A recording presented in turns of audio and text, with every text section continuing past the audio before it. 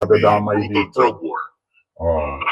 Ito mga kababayan, sa lahat ng binibigkas ni Attorney Dan De Leon dyan, no, Sara Duterte posibilidad na kasali sa arestuhin ng ICC next week.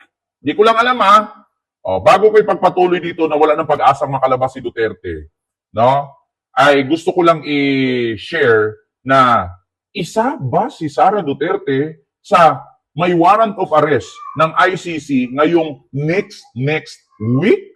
Kasi meron kasing nakalagay dito sa ICC page na meron silang aarestuhin sa Pilipinas na mga co-accuser ni dating Pangulong Duterte at siyam pa katao ang co-accuser ni Digong na aarestuhin. So isa ba si Sara Duterte doon?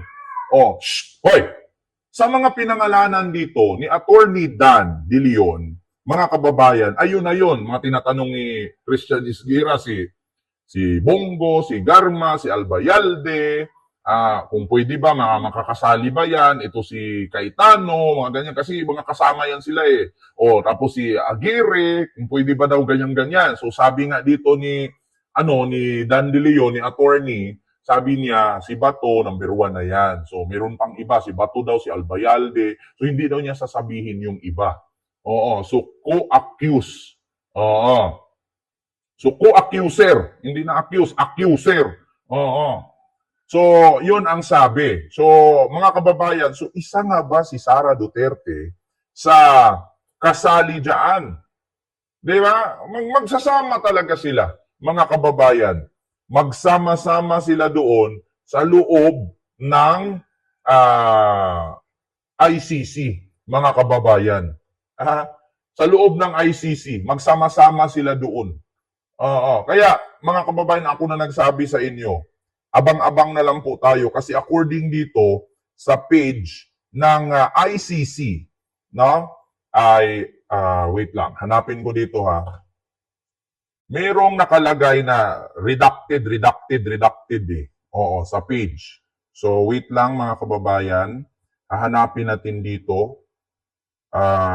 Siyam na iba pa aarestuhin restuhin ng ICC. Ito na. Pakinggan natin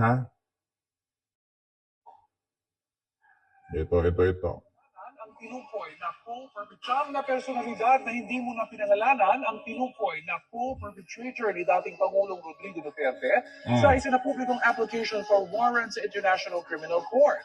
Ipinaliwanag naman ang abogado ng mga biktima ng umano'y extrajudicial killings kung bakit iilang kaso lamang ang gagamitin sa paglilitis ngayong libo-libo nila ang napatay sa drug war. Balitang hatid ni Ian Cruz. Nako. Sa application para sa warrant of arrest ni dating Pangulong Rodrigo Duterte sa International Criminal Court tungkol kay Duterte, may siyam na pangalang tinukoy bilang mga co-perpetrator o kapwa sa... So mga kababayan, ayan po, ipakita ko sa inyo. Ayan. Basahin nyo, kahit baliktad, screenshot nyo na lang po. Nakalagay dito basahin ko. Duterte is individually criminally responsible for committing the crimes alleged in this application jointly with the truth others pursuant to Article 25(3)(a) between at least November 1, 2011 and March 16, 2019. Duterte and his co-perpetrators shared a common plan or agreement to target alleged criminals in the Philippines, including those perceived or alleged to be associated with drugs use, sale, or production through the commission of crimes such as murder, torture, rape, and common plan. His co-perpetrators included each for at least part of the temporal period. Ayan, ito po. 1, 2, 3, 4, 5, 6, 7, 8, 9. 9, redacted, yung nakakulay dilaw. So walang mga pangalan, pero may possibility ba na si Sara Duterte ay kasali dyan? Kasi napakadami nila Siyam. Ilagay natin dyan si Bato, si Bongo, si Albayalde, yung isa pa, na pulis. Tapos, sino pa? Si Sara. Kasi si Yamto, may 4 pa. Bukod sa kanilang pinangalanan ko, may 4 pa.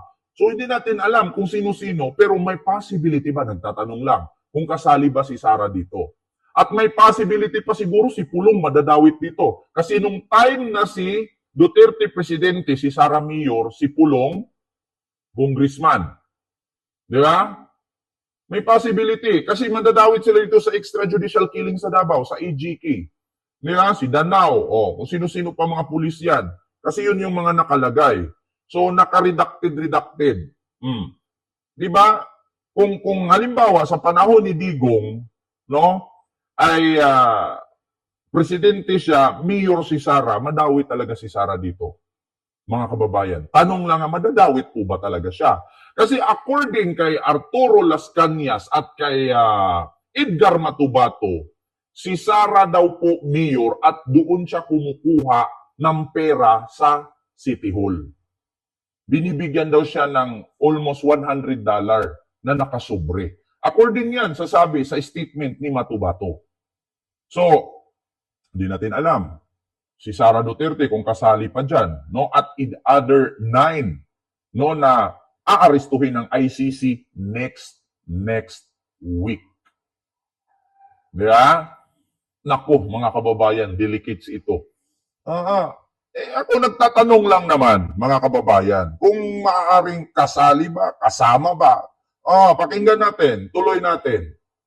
Na rin ang Office of the Prosecutor. Hindi pa malinaw kung sino-sino ang mga ito dahil sa public document na mula sa ICC, redacted o itinago muna ang pangalan ng Siyam bilang pagprotekta umano sa kanilang seguridad. Pero may ilang tao na partikular na pinangalanan dahil sa kanilang papel sa war on drugs ni Duterte. Kasama riyan ang dating Davao City Police Chief na kalaunay naging unang PNP Chief ni Duterte at ngayon Senador na si Ronald Bato de la Rosa. Si de la Rosa ay tinukoy bilang lumikha ng Oplan Tukhang na unang ipinatupad noon sa Davao. Pinangalanan din si dating Davao City Police Chief Vicente Danao na siya raw pinalit ni Duterte kay de Dalawa la Rosa. na. Sa background kay Duterte, binanggit din ng kanyang anak na si ngayon Vice President Sara Duterte na noong 2010 hanggang 2013 ay nagsilbing mayor ng Davao habang Patay. Kasali nga si Sara. According doon, si Bato, si Danao, at si Sara. Naku po. Rinig nyo naman sa balita. GMA News po ito. Ayun si Sara yan. Yan yung nanuntok ng sheriff. Vice Mayor ang kanyang ama. Sa application for warrant, tinukoy ang mga uri ng ebidensyang ginamit. Kabilang siya ng witness statements, mga talumpati at public statement ni Duterte, kanyang mga kautusan at memoranda, mga dokumento mula sa PNP at ibang ahensya ng gobyerno, pangina mga drug watch list na nilikha ng mga otoridad. Tinukoy din ang mga pag-amin ni Duterte na may pinatay siyang 1,700 na tao noong mayor siya ng Davao. Nasangkot siya sa Davao Death Squad at pinondohan ng extrajudicial killings noong mayor pa siya ng lungsod. Pati na ang pagsabing ang tanging kasalanan lang niya ay extrajudicial killings. Ang kasalanan ko lang yung mga extrajudicial killing. Inamin niya eh. Hindi na mga sinabi ni Duterte noong kanyang inaugurasyon na bantang pagpatay sa mga sangkot sa illegal na droga. Hindi mo pwede gawing joke yan. Iba ang batas doon once na lumabas sa bunganga mo yun at inamin mo yun. Tsaka tanong ko lang mga kababayan, napaka-imposibleng hindi ito nalikom ni Senador Antonio Trillanes at ni Laila de Lima. Napaka-imposible. Nakasave na to lahat. Maniwala kay sa akin, mga kababayan.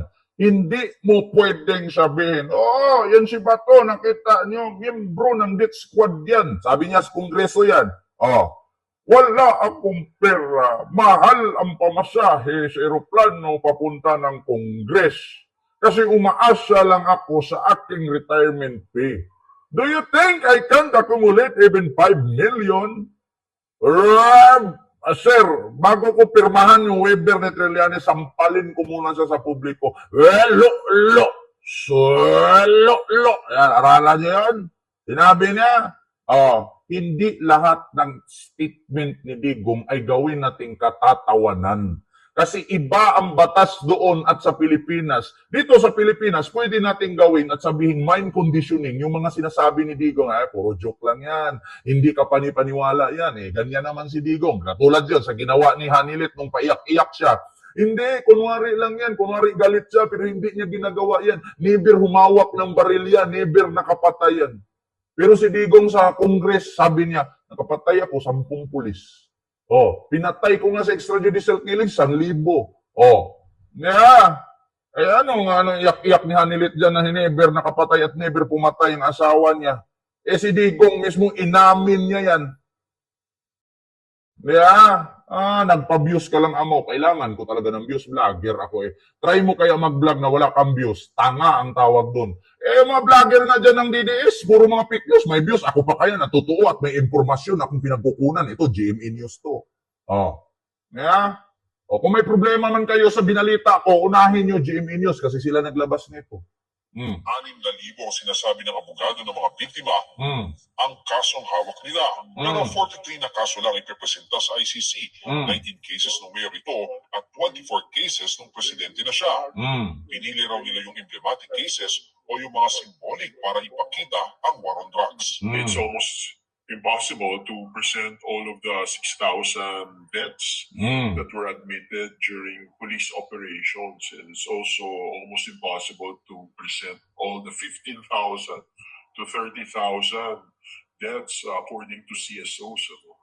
That's why the Yes po, ma'am. GMA News po. prosecutorial discretion. Ang title po, Siyam na Personalidad. 9 tapos na personalidad. Ang huhulihin ng ICC next week. Hindi ko alam, baka ngayon meron na ha. Sabihin na naman ng DDS to. Fake news yan. Walang warrant. Ayaw ko pangunahan. Baka mahuli at makapagtago pa. Shows these emblematic events or murders. Ian Cruz nagbabalita para sa GMA Integrated News. Di ba? GMA Integrated News yun ha. Naku, mga kababayan, kasali pala ata si Inday dito. Paano yan? So, mga kababayan, naku. At sa mga nabitin kanina na kung makakauwi pa ba si Duterte, makakalabas